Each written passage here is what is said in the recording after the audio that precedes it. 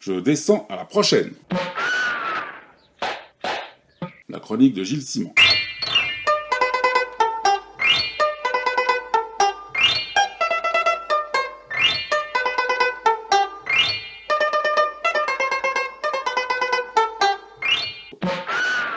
La semaine dernière, je vous parlais des bandes dessinées en compétition pour les Fauves, les prix du festival d'Angoulême. Je recensais et décortiquais les critiques adressées à cette sélection pour séparer le bon grain de l'ivraie, les critiques infondées et les reproches parfaitement justifiés. J'évoquais notamment la question du sexisme. Pour dire d'abord que la sélection en elle-même ne pouvait être taxée de sexisme, mais aussi je rendais compte du rapport du collectif des créatrices de bandes dessinées contre le sexisme envoyé aux organisateurs du festival pour leur reprocher le manque de parité dans la constitution du comité de sélection d'une part, et dans celle du grand jury chargé de décerner les fauves d'autre part. Ce rapport, qui s'appuie sur les 12 dernières années du festival, est en effet éloquent. Envoyé mi-décembre, il n'a reçu aucune réponse de la part du prestataire chargé de l'organisation de la manifestation. On aurait pu penser qu'être interpellé ainsi par un collectif regroupant près de 200 femmes, soit la quasi-totalité des créatrices de bandes dessinées de l'ère francophone européenne, aurait tout de même éveillé l'attention des organisateurs. Surtout quand on sait que la deuxième personnalité du staff du festival n'est autre que la présidente des Chaînes de Garde, cette association féministe très combative. Marie-Noëlle Bas, véritable bras droit du délégué général Franck Bondou, est notamment en charge de la programmation. Quelle ne fut donc pas ma surprise de découvrir la semaine dernière, le lendemain des premières diffusions de ma chronique, la liste des nominations pour le prestigieux Grand Prix de la ville d'Angoulême, qui couronne chaque année un artiste pour son œuvre. Ces dernières années, ce furent par exemple Blutch, Baru, Art Spiegelman, Jean-Claude Denis, Willem, Bill Watterson, Katsuhiro Otomo. Cette année donc, la liste de 30 noms, soumis au suffrage de la communauté des auteurs, comptait 30 hommes et pas une femme. Vous avez bien entendu, zéro, nada, aucune femme méritant cette distinction aux yeux des organisateurs du festival. Ce sont d'abord des dessinatrices, Lisa Mandel puis Jessica Abel, qui s'en sont émues sur Facebook mardi midi, après avoir découvert la liste. Puis, le collectif des créatrices contre le sexisme a publié un communiqué scandalisé sur son site bdégalité.org pour s'élever, je cite, contre cette discrimination évidente, cette négation totale de leur représentativité dans un médium qui compte de plus en plus de femmes. En conclusion, les femmes du collectif déclarent qu'elles ne voteront pas et en appellent au boycott du Grand Prix 2016. Boycott. Le mot est lâché. Les réseaux sociaux commencent à s'agiter. La colère gronde. Et puis dans l'après-midi de ce 5 janvier, Riyad Satouf, qui est cette année en compétition pour les fauves avec le tome 2 de la Rap du futur, mais aussi dans la liste des 30 nommés pour le Grand Prix, publie un billet sur Facebook qui va emballer la machine médiatique. Je le cite. Bonjour. J'ai découvert que j'étais dans la liste des nommés au Grand Prix du Festival d'Angoulême de cette année, cela m'a fait très plaisir. Mais il se trouve que cette liste ne comprend que des hommes. Cela me gêne, car il y a beaucoup de grandes artistes qui mériteraient d'y être. Je préfère donc céder ma place à, par exemple, Rumiko Takahashi, Julie Doucet, Anouk Ricard, Marjane Satrapi, Catherine Meurice. Je ne vais pas faire la liste de tous les gens que j'aime bien, hein. Je demande ainsi à être retiré de cette liste, en espérant toutefois pouvoir la réintégrer le jour où elle sera plus paritaire. Merci. On se revoit à Angoulême, Riyad. L'information est reprise dans les réseaux sociaux, mais aussi dans les médias, qui pressentent l'inévitable effet boule de neige que va entraîner cette noble initiative. Et en effet, en 24 heures, 10 auteurs, soit un tiers de la liste, font défection. Blin, Bourgeon, Christin, Davodo, Sfar, mais aussi les Américains Charles Burns, Daniel Clowes et Chris Ware, et même Milo Manara demandent à ne plus figurer parmi les nominations pour le Grand Prix. La presse s'emballe chaque fois un peu plus, et Franck Bondou est obligé de répondre. On imagine qu'alors la très communicante Marie-Noëlle Bas, vous suivez, la chaîne de garde, devait être sur le pont, surtout quand on sait que la liste en question émane du comité de programmation placé sous son autorité. Et pourtant là, ça coince. Parce que les éléments de réponse apportés en vrac dans une communication de crise très mal gérée se succèdent et voient le responsable du festival s'enfoncer chaque jour davantage sans jamais que l'erreur soit reconnue. Faute avouée aurait pourtant été à moitié pardonnée. Sans non plus que les excuses soient formulées. On se rend même compte, petit à petit, que la misogynie de la sélection est parfaitement assumée par Franck Bondou, qui déclare partout « Le festival d'Angoulême aime les femmes, mais ne peut pas refaire l'histoire de la bande dessinée », laissant entendre que ce n'est pas sa faute si les femmes ont été non seulement moins nombreuses que les hommes, mais aussi moins talentueuses. Un instant de télévision fait même très mal. Franck Bondou est invité sur le plateau du Grand Journal de Canal+. Extrait. Le Grand Prix, c'est en fait un prix qui récompense un auteur de bande dessinée ou une auteure, pourquoi pas, pour l'ensemble de son œuvre. Vous n'aviez pas l'image, mais sachez que ce « pourquoi pas », qui est déjà un brin condescendant, est prononcé par un Franck Bondou levant les yeux au ciel. La vidéo a fait le tour du net. Et si cette mimique et ces mots ont été épinglés par beaucoup, les arguments de Bondou sont tous discutés et battus en brèche par les auteurs, hommes ou femmes d'ailleurs. Florence Sestac, seule femme à avoir reçu le Grand Prix en 43 ans de festival, répond à une journaliste du JDD qui l'interroge sur les réponses de Franck Bondou. Le directeur du festival d'Angoulême est un crétin total, assène-t-elle. Propos que reprennent aussitôt d'autres journaux, à commencer par Le Figaro, qui en fait un titre, et qui sont traduits dans la presse du monde entier. Franck Bondou is a total moron, écrivent notamment d'innombrables médias américains qui s'intéressent curieusement beaucoup au sujet. Et ce qui se dégage souvent le plus aux yeux des commentateurs, c'est la muflerie avec laquelle il justifie que des femmes qui figuraient dans la liste les années précédentes en aient disparu cette année. Le Grand Prix est attribué aujourd'hui par le vote des auteurs, Oui. Voilà, et par les confrères et les consoeurs. Et en fait, le festival, alors ça c'est le cas depuis 2 ans, et le festival a introduit dans cette liste Marjane Satrapi et précisément Posy Simons. Voilà.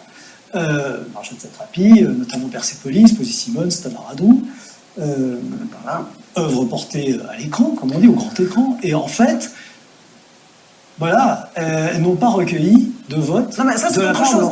Ça c'est autre chose. C'est élégant, n'est-ce pas? Ensuite, devant la bronca des auteurs, le festival annonce qu'il va injecter quelques noms de femmes dans sa liste sans retirer d'hommes, se montrant ainsi plus prévenant avec la genre masculine.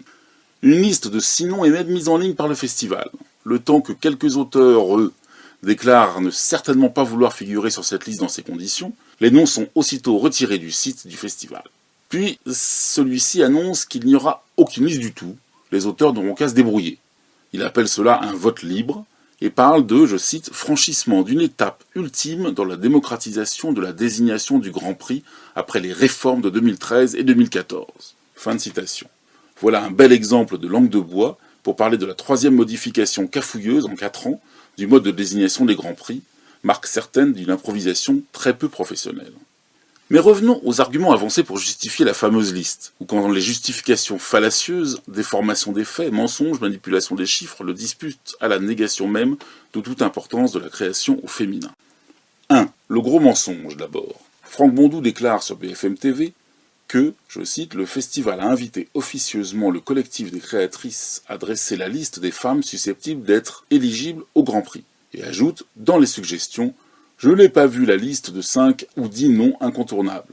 Le collectif a aussitôt dénoncé un mensonge éhonté et démontré, copie d'email à l'appui, qu'elles ont au contraire refusé de se livrer à ce petit jeu dans lequel voulait les entraîner Franck Bondou. 2. Le petit mensonge ensuite, qui lui fait dire que le festival a déjà décerné 2 grands prix à des femmes, Florence Sestac et Claire Bretéché. Il se fait contredire sur le plateau du Grand Journal par un chroniqueur qui a potassé son sujet et lui rappelle que Claire Bretéché n'a reçu qu'un prix du 10e anniversaire en 1983, année où le fameux Grand Prix couronnait Jean-Claude Forest. À ce jour, en 43 ans de festival, Florence Sestac est bien la seule, et c'était en 2000. Ça n'empêchera pas Franck Bondou de répéter cette interprétation avantageuse dans une tribune publiée dans Le Monde quelques jours plus tard. 3. La mauvaise foi. Pour contourner l'argument Bretéché, il déclare que le règlement, que personne n'a jamais vu, empêche un prix anniversaire de concourir au Grand Prix. Or, Johannes Farr, prix du trentenaire en 2003, figure bien dans la liste 100% masculine de cette année. 4. L'argument fallacieux. Pour justifier le fait que Marjane Satrapi soit passée à la trappe, Bondou avance qu'elle a déclaré qu'elle quittait la BD pour le cinéma. Or, Bill Watterson a reçu le Grand Prix en 2014, alors qu'il avait déclaré en 1995 qu'il arrêtait la bande dessinée, et qu'il n'y est d'ailleurs jamais revenu. 5. Le faux argument. En cherchant bien, dit-il, on trouverait bien quelques noms, mais pas la parité, car ce serait fausser la réalité. Or, personne n'a jamais demandé la parité dans cette liste, à part dans la tête de Franck Bondou. Seulement une juste représentation des femmes, ce qui pourrait arithmétiquement représenter 4 ou 5 noms sur 30. 6. La récupération. Pour montrer à quel point le festival s'est attaché à valoriser le travail des créatrices, il cite à l'envi Julie Marot, d'abord au Grand Journal pour dire que c'est grâce au festival d'Angoulême que La vie d'Adèle a reçu la Palme d'Or à Cannes, ce qui est assez comique. Puis, dans sa tribune du Monde, pour parler du prix attribué par le festival à son album Le bleu est une couleur chaude, alors qu'il s'agit précisément du prix du public. 7. La manipulation des chiffres. Selon Franck Bondou, 10 livres sur 40 sélectionnés cette année sont des livres de femmes, soit 25%. Or, la sélection officielle, qui comprend aussi les albums jeunesse, les livres du patrimoine et les polars, compte en tout 62 ouvrages totalisant 82 auteurs. Sur ces 82 auteurs, 16 sont des femmes, soit une proportion d'un peu moins de 20%. Je ne vois pas comment compter autrement qu'en nombre de femmes par rapport au nombre d'hommes. Pourquoi tricher sur ce point alors que, comme je l'ai dit en introduction, 20% c'est déjà une belle proportion. 8. La goujaterie. Alors que les propos que vous avez entendus sur l'éviction de Marjane Satrapi ou Posy Simons ont fait hurler à la goujaterie, Bondou y revient dans sa tribune du Monde quelques jours plus tard en insistant. Je cite, « Marjane Satrapi et Posy Simons n'ont recueilli chacune que quelques voix », écrit-il. Je précise aux auditeurs que les points de suspension avant « quelques voix » sont de lui. 9. La minimisation. Dans sa tribune du Monde, qu'il prétend être un mea culpa, il ne reconnaît qu'une « erreur symbolique », laquelle aurait été montée en épingle par des médias qui mentent ou se trompent.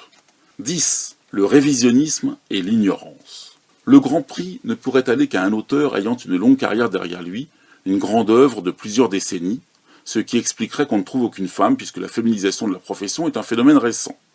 Telle est la thèse de Franck Bondou. Or, quand Zep reçoit le Grand Prix en 2004, il n'a publié que quelques volumes d'une œuvre unique, Titeuf, apparue en 1992. Quant à Riyad Satouf, nommé cette année, il n'a pas, à 37 ans, une carrière beaucoup plus longue que celle de Zep il y a 10 ans. Pour ce qui est de trouver des femmes ayant une carrière de plusieurs décennies et méritant tout autant que les hommes nommés de figurer parmi les nominations, plusieurs journaux se sont amusés à en dresser des listes à l'attention de l'équipe du festival. Je vous épargnerai donc la mienne. Ironie du calendrier, une grande exposition ouvrira le mois prochain à Londres, consacrée à 100 femmes majeures de la bande dessinée. Toutes ces listes démontrent en tout cas une chose certaine sur Franck Bondou, une méconnaissance, pour ne pas dire une ignorance profonde, de l'histoire du 9e art. Et c'est bien là le plus grave. Franck Bondou, qui vient du sponsoring sportif et est entré au FIBD par la recherche de partenaires, s'est autoproclamé il y a peu non pas directeur, mais délégué général de la plus grande manifestation française consacrée au 9e art. Or, c'est là une fonction qui réclame un savoir et des compétences que visiblement il n'a pas. En Suisse, le quotidien Le Temps a relaté en détail toute la polémique autour de la liste Bondou.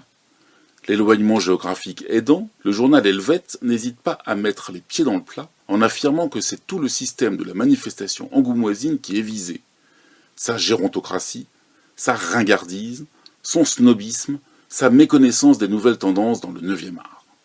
C'est aussi un problème majeur pour Angoulême, les pouvoirs publics, toute la profession, les partenaires et financeurs. En effet, chaque année voit son lot de polémiques ou de scandales, et cela semble s'accélérer.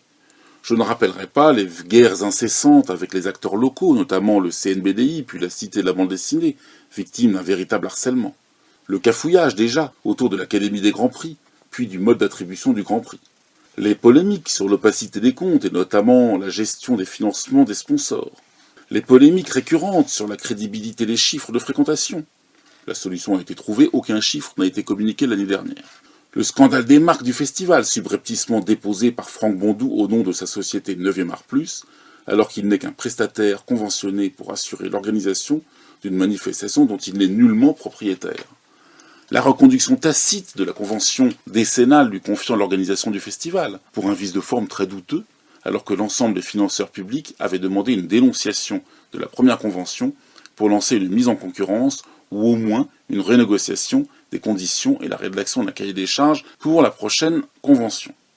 Toutes ces affaires concernent, rappelons-le, une manifestation qui reçoit plus de 2 millions d'euros d'argent public, sans compter les contributions et apports en nature des diverses institutions publiques locales.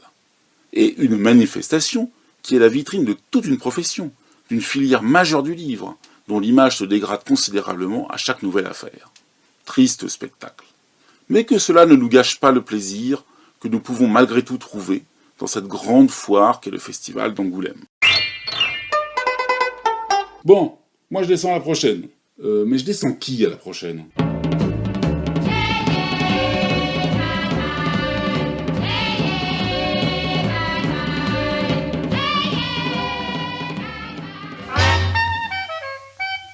Et nous connaît